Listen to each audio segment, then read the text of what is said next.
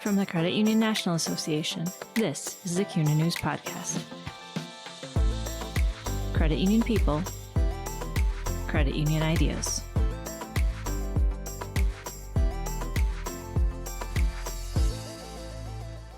Get on with being extraordinary people and living your dreams. Security First Credit Union President and CEO, Andy Reed. Welcome to the CUNA News Podcast. I'm Associate Editor Brock Fritz, and this week we're learning from Reed, who joined the $482 million asset Texas Credit Union in January 2022. He hopped on the podcast to celebrate Pride Month, discuss why the month is about history and community, share how he's helped open eyes throughout his 19-year credit union career, examine how society can improve for minorities, explore how Security First has improved its in-house culture, and look at what's going on at Security First and the rest of the movement. We've taken a stand for the people and empowered them, Reed says. Keep listening to hear how the credit union, which celebrated its 75th anniversary last year, has done that, and how Reed, who believes most people just want to be happy and healthy, believes the solution to many of society's troubles is allowing people to be kind, compassionate, and empathetic.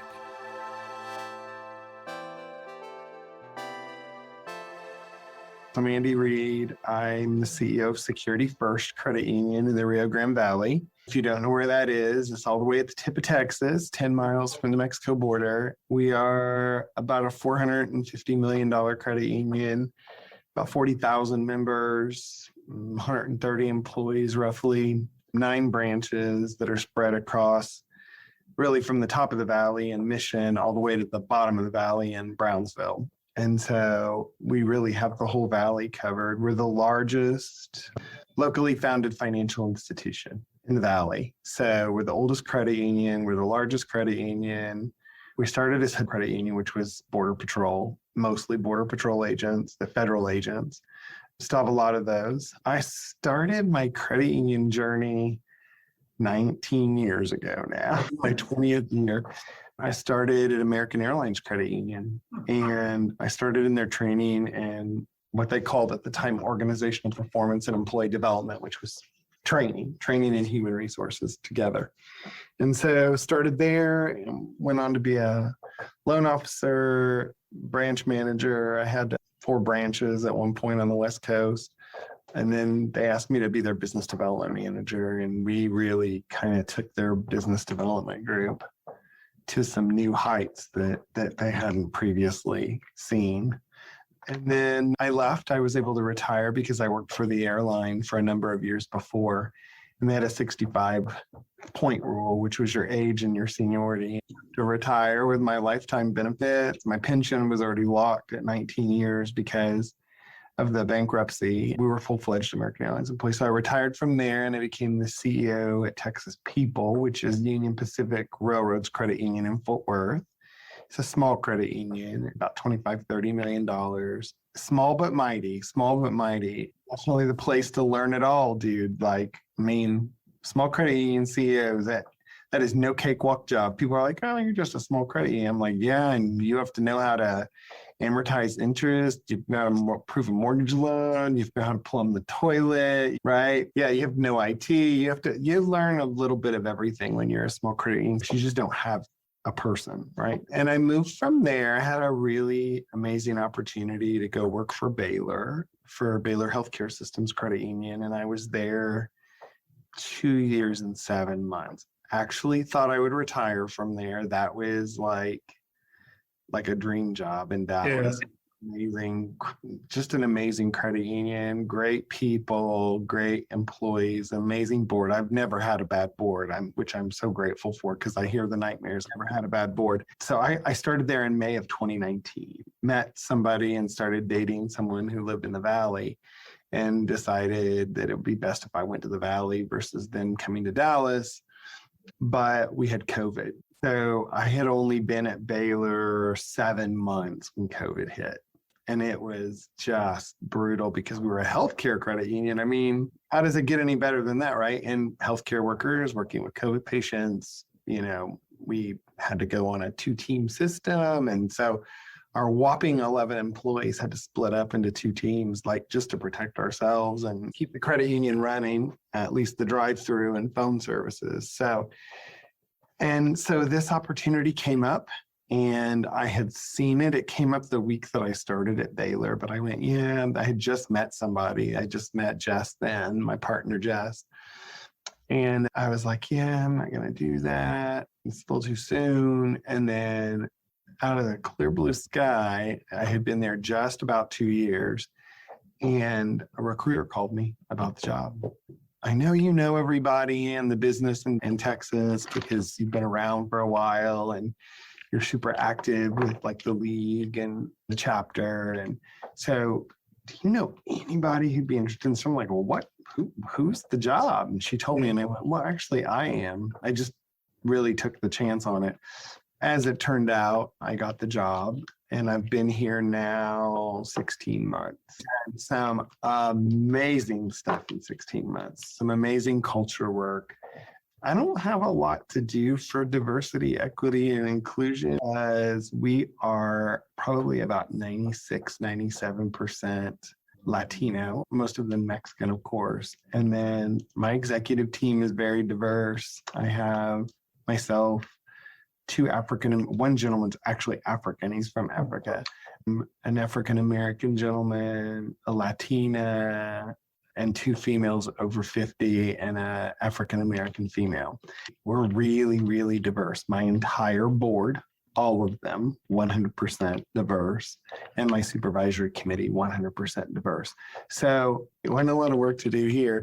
And we're also a designated minority depository institution and a low-income designation as well. So at which you see a lot in minority communities. Yeah, that's been my journey. You know, I've been able to open some eyes along the way. More than, I think rather than being an issue where I've gone, I've always helped it become a non-issue. And so that's kind of a little different. And it's not been by force or putting my foot down or saying you have to do this. It's just kind of happened naturally. I don't know, kind of interesting. Yeah, that's cool that it worked out that way. Coming in as a CEO, when did you feel comfortable with what was going on, or when did you feel like you got an idea of it, I guess? So I think when you become a CEO, there's this moment where the light bulb comes on, right? Where you're like, oh, that's why they teach us that, right? Like all the things that you learn along the way. But here, it was relatively quick, but I did not walk into an optimal situation. So this credit union, by way of background, had been a Camel 4. In 2017, we had 90 out of 130 employees turnover. And again, in 2019, that happened. So we started looking at leadership training, management training, salary disparities, all kinds of things. But I literally got in here and I went, yeah, the only thing wrong here right now, we got to get more loans and we gotta work on the culture. And so I implemented a group, like an employee feedback group or an employee resource group, and they voted on their own name and decided to call themselves the Game Changers. I'm a firm believer that happy employees make happy members make happy board members or happy executive teams, right? It's kind of circular, if you will. And our team, we did our Net Promoter Score for 2022, and we landed at 73. For English speakers, which is just brilliant. That's world class customer service category. And with Spanish speakers, it was 94. Yeah. Wow. And so a lot of focus on removing friction in the processes and whatnot. But yeah, the light came on pretty quickly when I got here. I asked, let me see the budget. Let me see the financials from last year, right? I started compiling information. Let me see all these things. And I literally just started barreling through it, spent hours and hours. The first month I was here working, reading, just consuming massive quantities of information, and really just came to the conclusion that we didn't make more money pretty soon, given that the last year that loans outstanding had grown dramatically was 2019, and car loans pay off at about 42 to 47 months, right? And that was where the growth was mostly at, that we were fast approaching seeing the income dwindle and potentially going away completely if we didn't start putting some loans on the books. And so that, And then, of course, I just knew, I guess maybe instinctively, or maybe because I've been doing this for a while, but I just knew that we did not want to burn through all of our liquidity, because liquidity was going to become a problem in a recession, nor did we want to have to borrow to lend or to run the business. And so really just recognizing immediately that culture work was needed, recognizing immediately that the credit union was absolutely doing well. We were producing, I think we produced, at that time, they had produced about 65 basis points ROA, and we ended the year at 85. And this year, at end of March, we were at 131 basis points. So, really driving up income, and an income that could sustain us through a recession, monitoring liquidity heavily. And now we've, about 6 or 7 months ago, I'm trying to think when we started it, we started something that we lovingly call the PIG. And everybody who's on the PIG group is, we call each other pigs, but it's kind of fun. But the PIG group is the Process Innovation, Improvement, and Implementation group. And so we've taken on things like, auto dealers being able to get automated payoffs on car loans so that they don't have to call us, and we don't have to access 3 or 4 systems. And that took 200 phone calls a month out of our call center. Things like, hey, when was the last time somebody reviewed all of our regulatory forms and made sure we were actually using the most current ones? And why are we paying for these other ones if we don't need them? Why do we have 3 different ways to access soft scores on credit bureaus? Why don't we have a payday alternative loan that we could cross-sell to members who don't qualify for a signature loan, right? If it's genuine. So yeah, we started digging, and that group, I think, is currently listed about 15, 20 projects on the docket, and we've prioritized them by regular savings, cost improvement, efficiency, productivity, right? So those have all been organized. We've done a lot of stuff, and a lot of it's ongoing. Pride Month, what does that mean to you, I guess? So, went to Miami, came out when I was 18 years old, right? I was living in Miami when it was the Mecca, right? Yeah. When everybody went to South Beach. Yeah. And we literally just watched them flood in, and we were like, what's going on in our quiet little community, right? And so to me, it means a lot, but I had the conversation with my mom once. So let me start there. And she said, the only thing I really struggled with you being gay was that I was always worried that you would have a rougher life, that life would not be kind to you. And I looked at my mom and I was like, I don't think that I've had a rough life because of that. Sure, I've caught some hatred and slurs and the things that human beings do, but those people have a tendency to be horrible human beings no matter who you are. It doesn't really matter who or what you are. I told my mom, I said, I guess I just don't have a victim mentality. So I don't really have a victim mentality. I don't feel like I had prejudice as the only thing for me in my life, but I will say this, it has been a topic of conversation, at least at the board level at 2 of the credit unions where I was hired. And as I said before, I think I was able to grow those people's listening. Mm-hmm. And so the other thing that I think is really important about Pride is, I was grown and old enough to go to a bar, learned about what the Nazis did to the gay and lesbian community. I didn't know about that before, right? And so, one of the things that I once read was that one of the ways you oppress a people is to deny them their history. And so Pride's a lot about history for me and learning about the community. I've been really fortunate to have a lot of great role models. I don't know many young gay men that are 20-some years old that hang out with an 83-year-old guy, gay man, right? But met him at church, and he just became a lifelong friend. And so he's since passed. So I don't really have a victim mentality. I don't have a confrontational or fight mentality about it. Rather, I have more of a just just try me on for size and see if I work for you. And so, yeah, so it, pride to me is really about history, about being proud of what we do. I will say this, I think that all people, minorities, gay and lesbian community, whatever, I think that we put a pressure on ourselves to be way better at everything, right? And we have to be the best. One of my biggest learnings in life was not to judge other people by my yardstick for myself.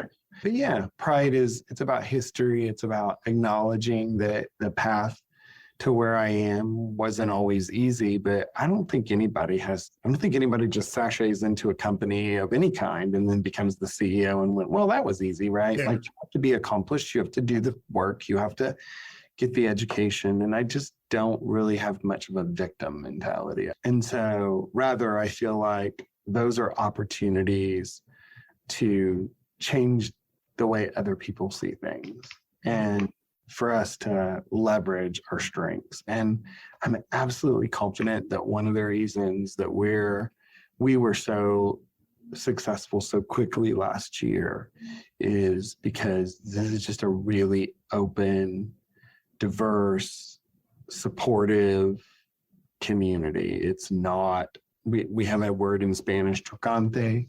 It's not chocante, it's not arrogant, it's not conceited, right? They're good people. And so, yeah, that's probably some of what I think about that. When you came out, I don't think gay marriage was legal, or things have changed a lot as far as acceptance. Is that easy to notice in your day-to-day life? So I was with my first partner for 22 years, and Jess and I have been together, it'll be 4 years in about a week. I don't know that I necessarily notice it. Like, marriage is just kind of different to me anyway. Sure. Like, I did get married to my previous partner. Okay. Got married on our 20th anniversary and then broke up 2 years later. So that's a really long story, by the way. Yeah. But yeah, to me, it's just like, well, it is what it should be, which is you should be able to marry anyone you want. And that's how it is. And definitely supportive of the whole gay marriage thing. But yeah, we'll see if I get married again. Yeah. 4th anniversary coming up. To a school counselor, an elementary school counselor in a Title I district. We have a very interesting life. I'm like, guess what my crazy employees did today? He's like, guess what my crazy kids did today?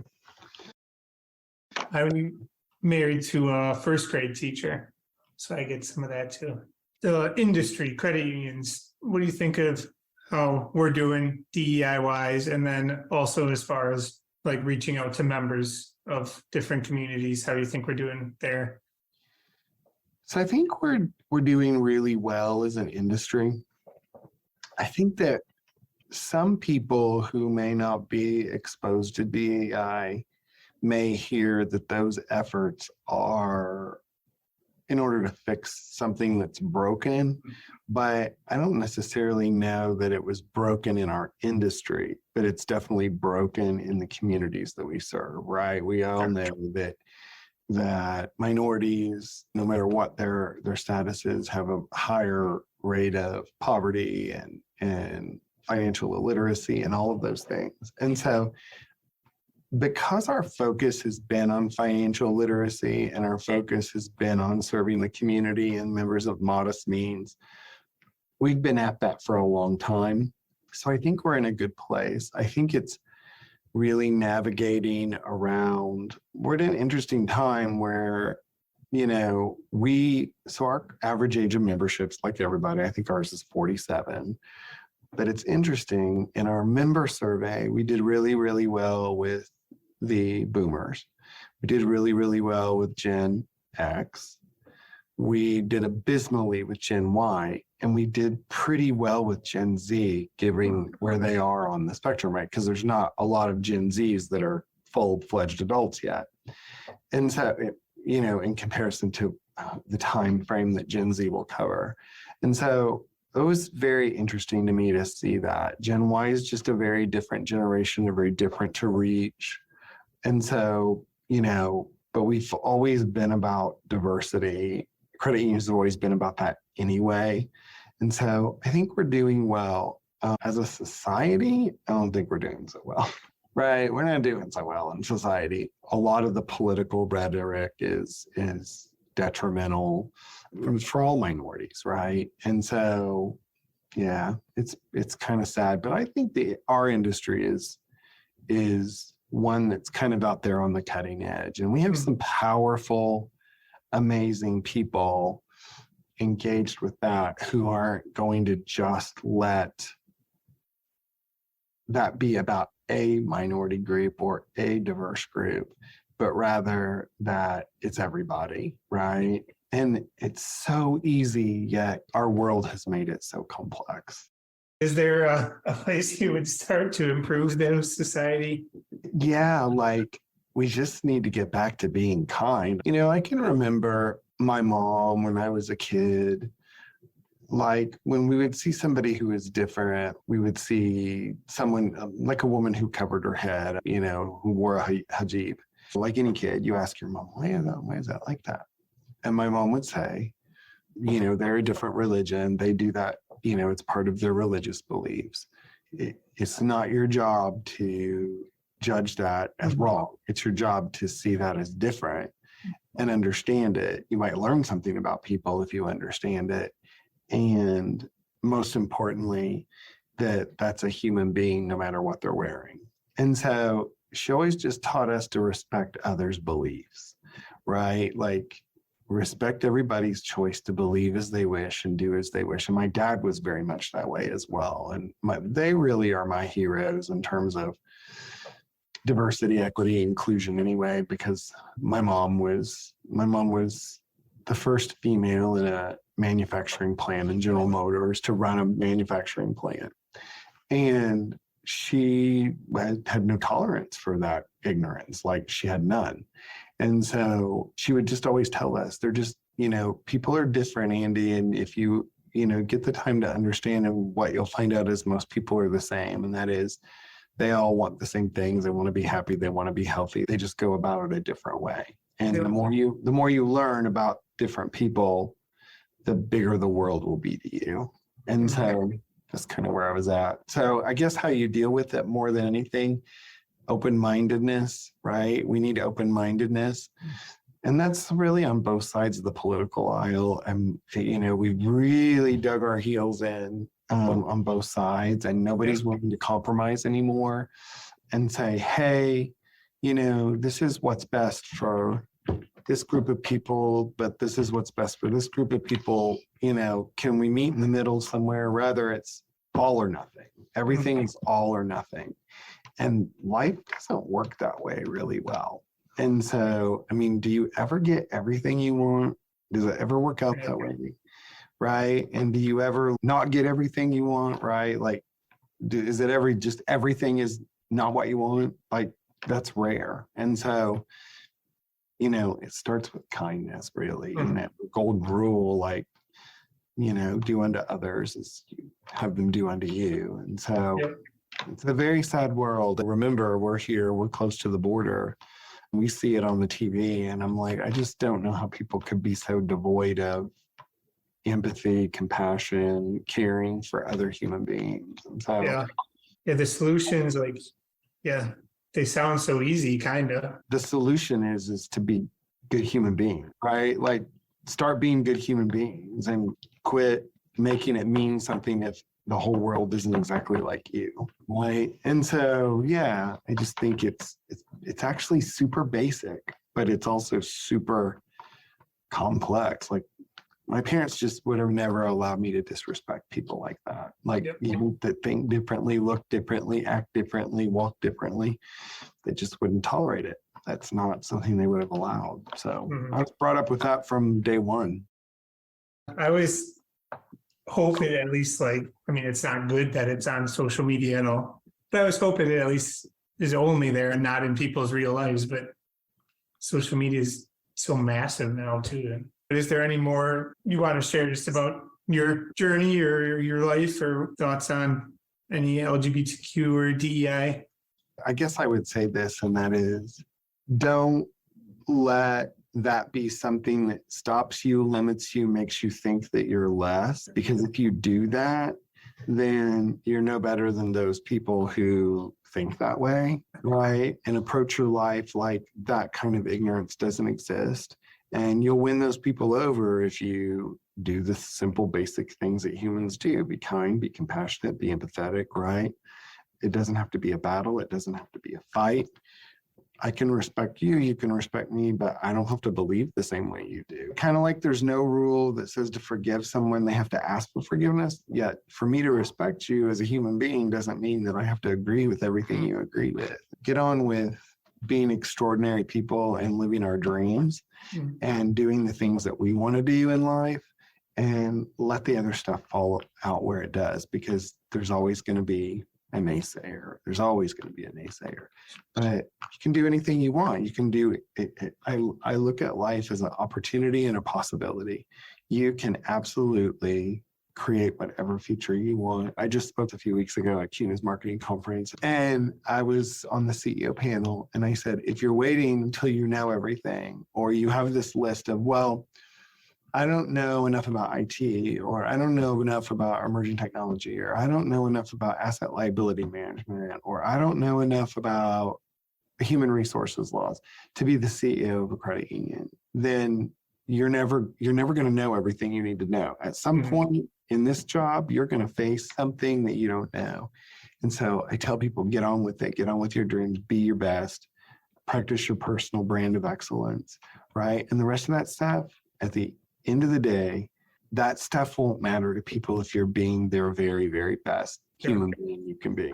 How do you slap down somebody who's being their very best and being a compassionate, caring human being towards others? And so, yeah, don't be a victim. People are victims because they allow themselves to be victims, right? Sure. Yeah. So what do you do in your free time? Well, I don't have a lot of that these days. But, so when I moved to the Valley, I bought a condo on the beach on South Padre. Nice. So I spend a lot of time there. Love it. Amazing. I walk through the door and it just comes down. And second, I love to travel. Obviously, American Airlines, right? So I've traveled the world pretty extensively. Been to lots of places. And so I love to travel. But then I also have my old standbys like the Bahamas. I love to go to the Bahamas. So I enjoy cruises. That's a big thing for me. My family does a lot of cruising.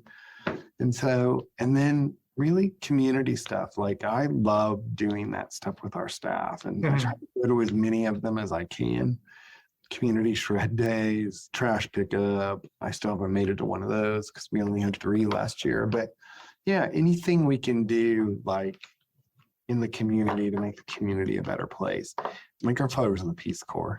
He used to say, if you're ever having a rough day and feeling down on yourself, go do something for somebody else and see if it doesn't make you feel better. Or if you just don't know what to do with yourself, go do something for somebody else until you figure out what you want to do.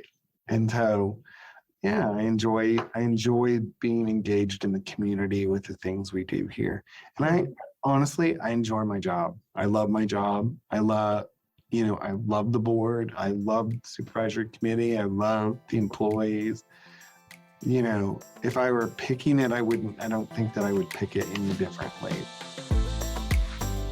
Thanks for listening to the CUNA News Podcast. Subscribe to the show on Apple Podcasts, Spotify, Google Podcasts, and Stitcher Radio.